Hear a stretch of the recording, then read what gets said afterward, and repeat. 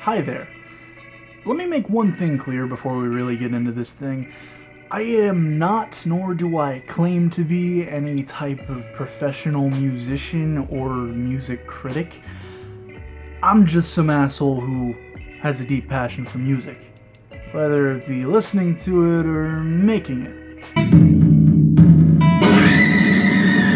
And don't get me wrong, it's not like these guys are big enough to have a dedicated, cancerous fan base like most things tend to do when they get big, but I'm just throwing that out there. Hey! Guys! Voldemort killed Harry! Harry comes back to life and kills Voldemort! But enough about me, let's get into the actual music. So, today we're taking a look at Rain Theory, a band with which I've spent most of the months that I've known that they have even been a band listening to the one fucking song that they had available. They're an indie rock band that formed in April of 2018, consisting of the talent of Justin Long on bass, Peyton Pepper on rhythm and guitar, Zach Collier on vocals and the lyricist, Caleb Merritt on lead guitar, and Cameron Podrunchi on drums. Why does your name sound like a shitty podcast app, my guy? Anyways, after a while they started constructing their own tunes to play. And finally, on November 29th of 2019, The Calm was released, a 5-track EP. Now I could talk all day about a band with which I don't really know a lot about how they formed in the first place, or really any of their history. Luckily, I'm good friends with the lead vocalist, Zach Collier, so who better to talk about the band than him? We are here, we up in this, with my main boy, Zach Collier. Zach, who are you? Hi, I'm Zach. I sing in the band Rain Theory. So first and foremost, before I ask my first question, I would just like to offer you a ceremonial interview donut. Would you like one? I love one, yeah. Okay. Now tell me, Zach, how did the band start? Oh, okay. Well, that's right. It actually started a little bit before I got involved at all. It was just a few months. Our lead guitarist Caleb and our drummer decided that they wanted to start a band, you know? Uh-huh. And then one day, they invited me to come over and write a song. We wrote it in just a couple hours, and they said, hey, you should join the band. So, in a nutshell, they were shooting the shit. Exactly. And they just invited you over, and you wrote a song, and that was that. Yeah. So, Zach, it's obvious you have this kind of relationship with music. I mean, you look like a guy that would like music. Tell me, what are some of your inspirations? You know, like the 1975 is huge. Eden. There's a band called Broadside, Abandoning Sunday. Yeah, that's probably like the main ones. I think those are kind of the ones that really define the whole thing for me and like made me want to pursue it. So the kind of genres you're really into are predominantly indie rock type? Yeah. So obviously being in any band of any sort that does original material is going to cause some issues in terms of popularity because music is literally everywhere. Yeah. So how exactly did you guys start up? How did you get your popularity? How did you get your traction? Initially, we we had like a couple songs, like I said, like that one day that I went over and we wrote like that one song. We primarily played covers. So like our first show, it was like almost entirely covers, and there's like 2 songs I think that we played that we had written.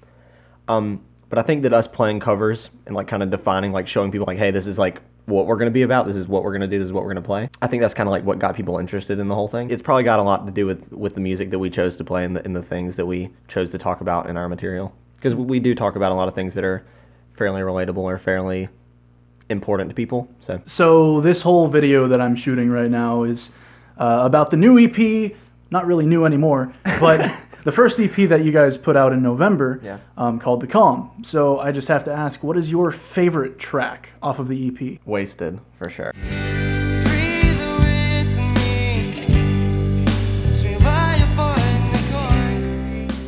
I think there are songs like lyrically that I find more important, but that song just the way that it sounds and the way that it came out, I'm really stoked on it. And I love strings and piano, and the fact that we have those included in that song, it's wild. It's really cool. One final thing.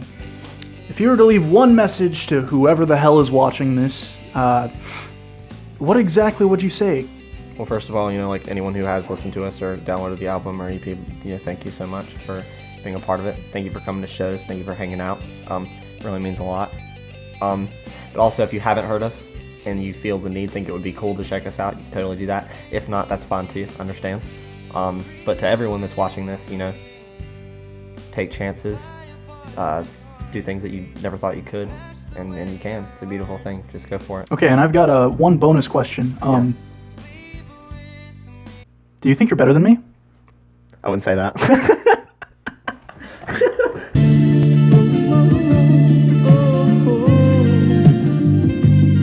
Whoa, wasn't that such an insightful interview from my boy Zach, whom I definitely don't have gay thoughts about on the regular. I bet knowledge juice is flowing through your melon right now, oozing onto the carpets with which you will have to replace via a $300 carpenter. So now that you have some actual context, why don't we actually talk about the music?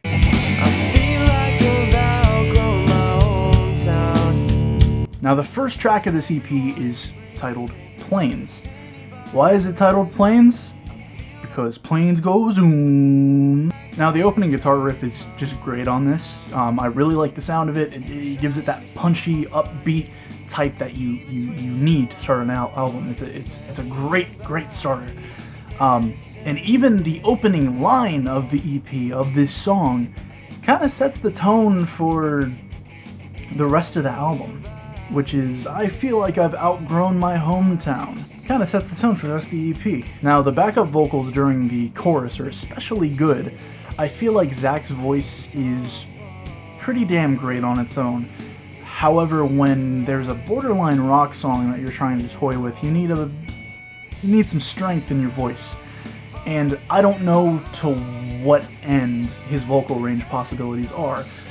But what I do know is that whether or not he wants to get loud, the backing vocals really do help him in this. Now I will say this song is probably the weakest on the EP, but that does not make it a bad song. Really the only complaints I have is that after a while, about during the last third of the song, there's an instrumental break. And it just kind of drags on for a bit longer than I expected and wanted it to. But other than those complaints, it's a pretty good jam.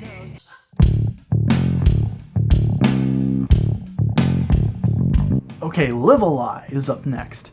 Now, Live a Lie is something that I've kind of fought with myself with, but overall, it's a great song.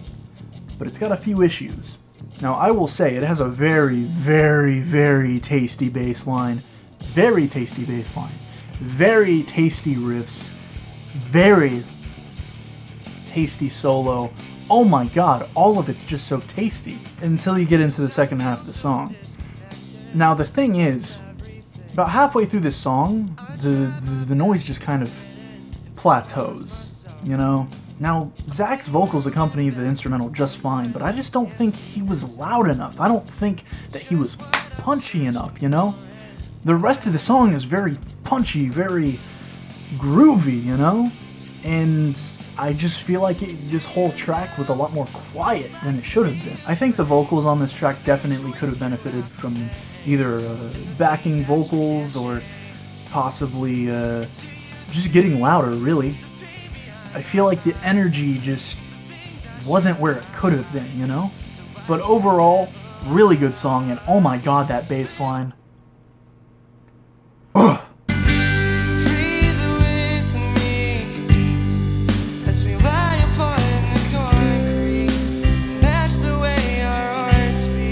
Wasted is up next. Now, Wasted is a slower jam, which is welcome because up until this point, we haven't really hit anything super soft, indie boy, skin-tight jeans, tattoo-having, slack-ass bullshit. Now, me personally, I am a sucker for a romantic guitar.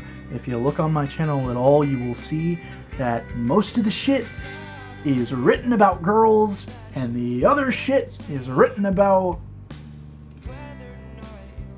dicks. I don't know. Now Zach's voice is very soft. He's got a soft boy voice. His whole thing is soft boy. He oozes soft boy. I mean, look at him. And also, I am a sucker for really romantic lyrics because I am a hopeless romantic. Who would have thought? This song just oozes those middle school vibes. You know, the vibes where you like sit on top of an abandoned van at dusk with your middle school crush right next to you, but you don't exactly say the right thing, so you kind of embarrass yourself and you cry to yourself, and then you just kind of watch the stars awkwardly because you don't really want to talk to her because you feel like you just ruined everything. Yeah, those vibes. Now I will say, although this track is pretty damn good, the solo of this song, it was good, but I feel like there were some issues behind the scenes. Now, I'm not one to harp on musical ability here, and there's no telling, I could just be hearing things, but to me, it honestly sounded like the solo was under-practiced. You can kind of tell there was some hesitation there. I don't know if it was hard to do, I don't know if it wasn't practiced enough, I don't know if someone was doing more than they could, and it's not that it hinders the song so much, it's just more off-putting than anything. The first time I was listening to it, I thought there was something wrong with my headphones, that, you know, they kept skipping or something, but no, it was the song. But other than that complaint, and really it's the solo, which is the only thing wrong with it. Overall, it's a pretty good song. I'm tired of feeling like I'm in empty space. Now Reflect. Reflect is probably the best song on the album, but it's not my favorite, if that makes sense. I think that structurally, it's very tightly written, tightly wound. The acoustic guitar works wonders for the softness of Zach's voice, and I don't think there's anyone else that I know in person that could have done such a good job with the vocals. And this also gives me very Pinkerton Butterfly vibes. I'm tired of feeling like I'm in empty space. Yesterday I went outside with my mama's mason jar. I fucking love Weezer, because I'm a bitch. But either way, that's the vibe I get from it, and that's awesome, because Butterfly is just a good fucking song. And let me tell you, I am also a sucker for that build-up, that crescendo, that you know? So, the explosion of sound, the fucking guitar, drum, bass, orgasm, sounds really fucking good. Like, really good. And although it could have gone a bit harder, I think that it was very well placed and very well executed. And once again, Zach's vocals kind of get drowned out by everything else. Not in the way that I can't hear them, but I feel like everyone is up here. And Zach is just kinda, and maybe I should go away. But I honestly feel like it could have been better if there was more of a punch, if there was more harmonization, you know? But I feel like the next track really gets it right.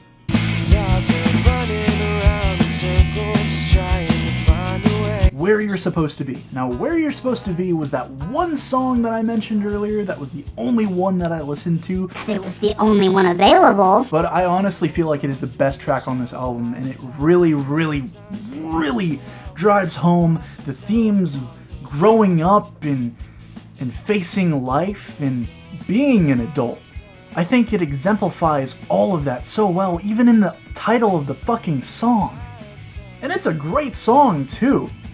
And Zach finally gets loud! He finally gets loud, and I'm so happy for that, because he's got a great voice. So instead of going, do I, my man's goes, do I,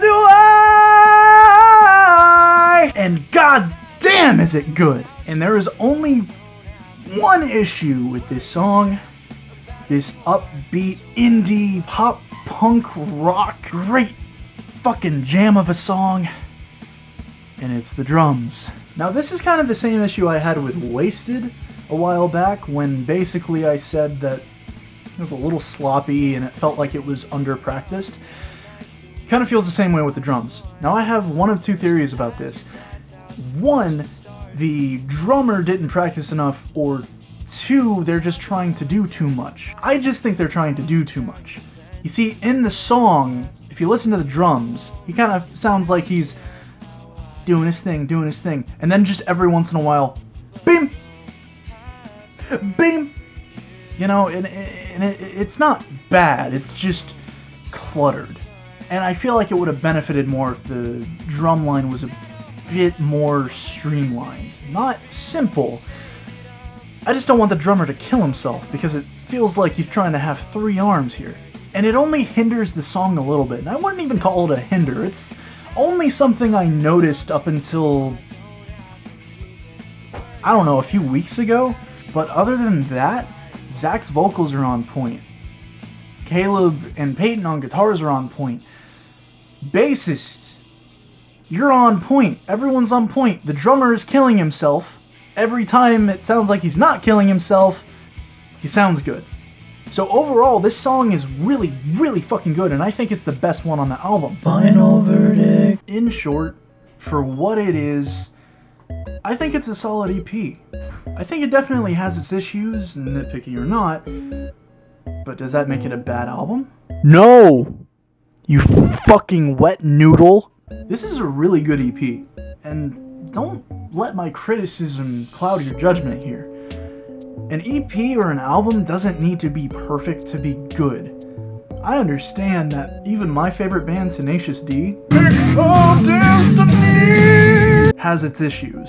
And for a first attempt at a studio album, and for a first attempt at a studio recording, I think they did a really good job. So I'm gonna give this EP a solid 7 out of 10.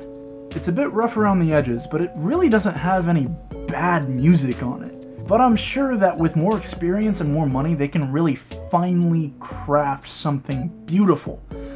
And that is why I am so happy that I got it in real early.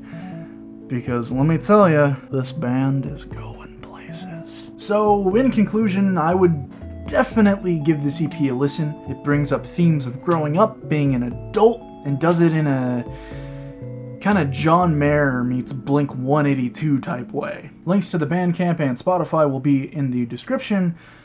And also, don't forget to check there for my Instagram and my Fiverr. Now, for those of you who are watching, I would personally like to know, do you disagree with what I said? What's your favorite track on the album?